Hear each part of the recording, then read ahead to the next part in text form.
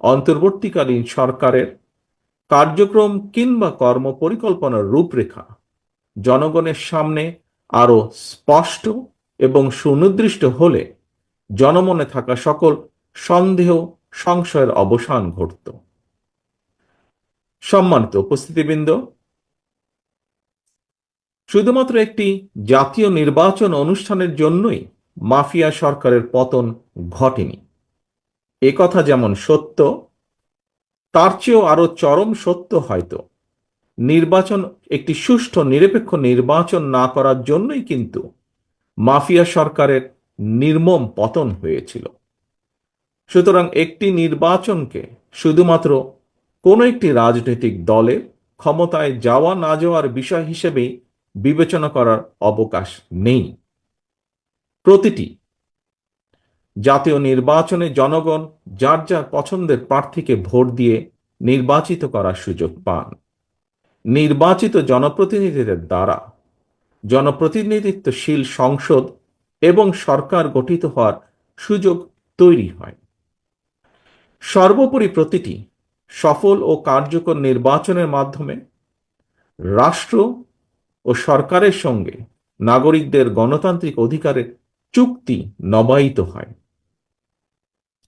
রাষ্ট্রের সঙ্গে জনগণের মালিকানার সম্পর্ক গভীরতর হয়।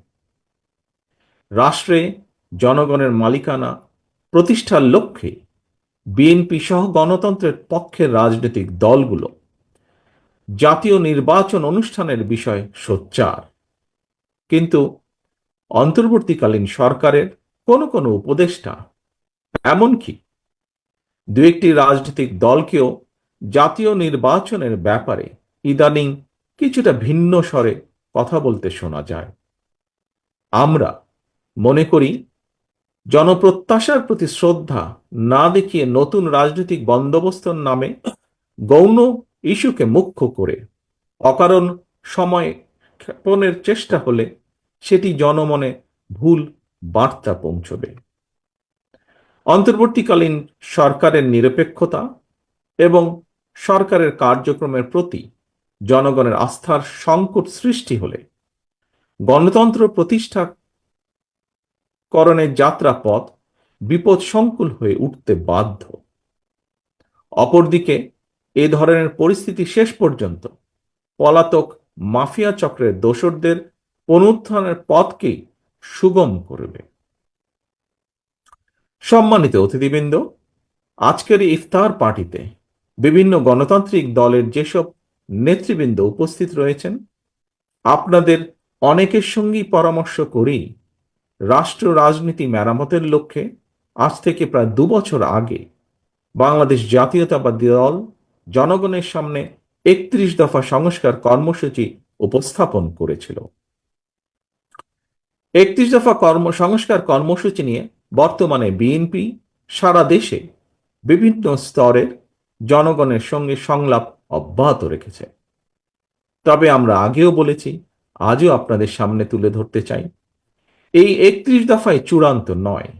এই 31 দফাতেও প্রয়োজনীয় সংযোজন বিয়োজনের সুযোগ রয়েছে।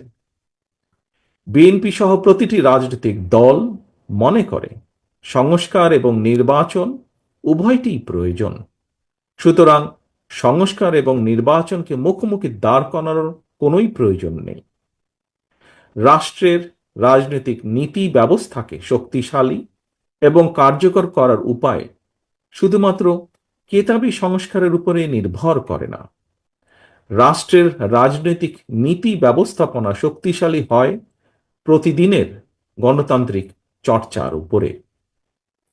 বিশ্বের গণতান্ত্রিক রাজনৈতিক ব্যবস্থায় শেষ পর্যন্ত রাজনীতিবিদরাই রাষ্ট্র এবং সরকার পরিচালনা করেন। সুতরাং রাজনীতি, রাজনীতিবিদ, রাজনৈতিক প্রক্রিয়া এবং গণতান্ত্রিকামী জনগণের বিচার বুদ্ধির উপরে আস্থাহীনতার প্রয়াস শেষ পর্যন্ত গণতান্ত্রিক বিধি ব্যবস্থাকেই দুর্বল এবং প্রশ্নবিদ্ধ করবে।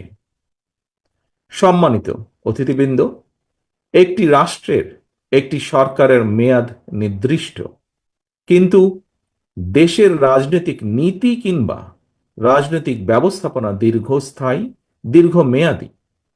সুতরাং রাজনৈতিক প্রক্রিয়াকে শক্তিশালী এবং টেকসই কার্যকর রাখতে জনগণের রাজনৈতিক এবং অর্থনৈতিক ক্ষমতায়ন নিশ্চিত করা অত্যন্ত জরুরি।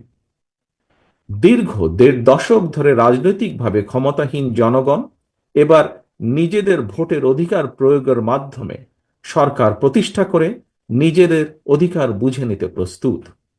সুতরাং জননিরাপত্তা নিশ্চিত এবং জনদুর্ভোগ কমানোর সকল পদক্ষেপ গ্রহণের পাশাপাশি জনগণের ভোটে জনগণের কাছে দায়বদ্ধ একটি গণতান্ত্রিক সরকার প্রতিষ্ঠার লক্ষ্যে অন্তর্বর্তীকালীন সরকার নির্বাচনী ব্যবস্থার সংস্কারকেই সর্বোচ্চ অগ্রাধিকার দেবে, এটি গণতান্ত্রিকামী জনগণের প্রত্যাশা। সম্মানিত অতিথিবৃন্দ, ইফতারের সময় অত্যন্ত নিকটে। আমি বক্তব্য আর দীর্ঘায়িত করতে চাই না। বর্তমান এবং ভবিষ্যতের প্রজন্মদের জন্য একটি বৈষম্যহীন, নিরাপদ, গণতান্ত্রিক, মানবিক বাংলাদেশ প্রতিষ্ঠার জন্য একটি নির্বাচিত জাতীয় সরকারের মাধ্যমে বিএনপি রাষ্ট্র ও রাজনীতি মেরামতের কাজগুলো সফলভাবে সম্পন্ন করার লক্ষ্য নির্ধারণ করেছে। সেই লক্ষ্য পূরণে আসন্ন জাতীয় নির্বাচনে বিএনপি জনগণের রায় রাষ্ট্র পরিচালনার দায়িত্ব পেলে গণতন্ত্রের পক্ষে রাজনৈতিক দলের প্রতিনিধি এবং নির্বাচিত জনপ্রতিনিধিদের সমন্বয় জাতীয় সরকার গঠন করবে, যা অতীতেও আমরা জাতির সামনে কমিট করেছি। গণতান্ত্রিকামী রাজনৈতিক দলগুলোর সর্বস্তরের নেতাকর্মী সমর্থকদের প্রতি আহ্বান, গণতান্ত্রিকামী জনগণের প্রতি আহ্বান, বীর জনতার গণ অভ্যুত্থানে হাজারো শহীদের রক্তে রঞ্জিত রাজপথে গড়ে ওঠা জাতীয় ঐক্য বিরোধী ষড়যন্ত্র অব্যাহত রয়েছে এখনো। আমরা যদি সকলে ঐক্যবদ্ধ থাকি, স্বাধীনতা প্রিয় গণতান্ত্রিকামী জনগণ ঐক্যবদ্ধ থাকলে কোনো ষড়যন্ত্রই কোনো কাজে আসবে না ইনশাআল্লাহ। সবশেষে আমি বাংলাদেশের গণতন্ত্র প্রতিষ্ঠা এবং মাফিয়া পতনের আন্দোলনে সকল শহীদ এবং আহতদের জন্য এই পবিত্র ইফতার মাহফিলে আল্লাহর রহমত কামনা করছি। পরিশেষে আজকে কষ্ট করে এখানে উপস্থিত হওয়ার জন্য আপনাদের সকলকে আবারও আন্তরিকভাবে ধন্যবাদ এবং শুভেচ্ছা জানাচ্ছি। সকলে ইনশাল্লাহ সুস্থ থাকবেন, সকলে ইনশাল্লাহ নিরাপদ থাকবেন। আল্লাহ হাফেজ। বাংলাদেশ জিন্দাবাদ। বাংলাদেশ জাতীয়তাবাদী দল।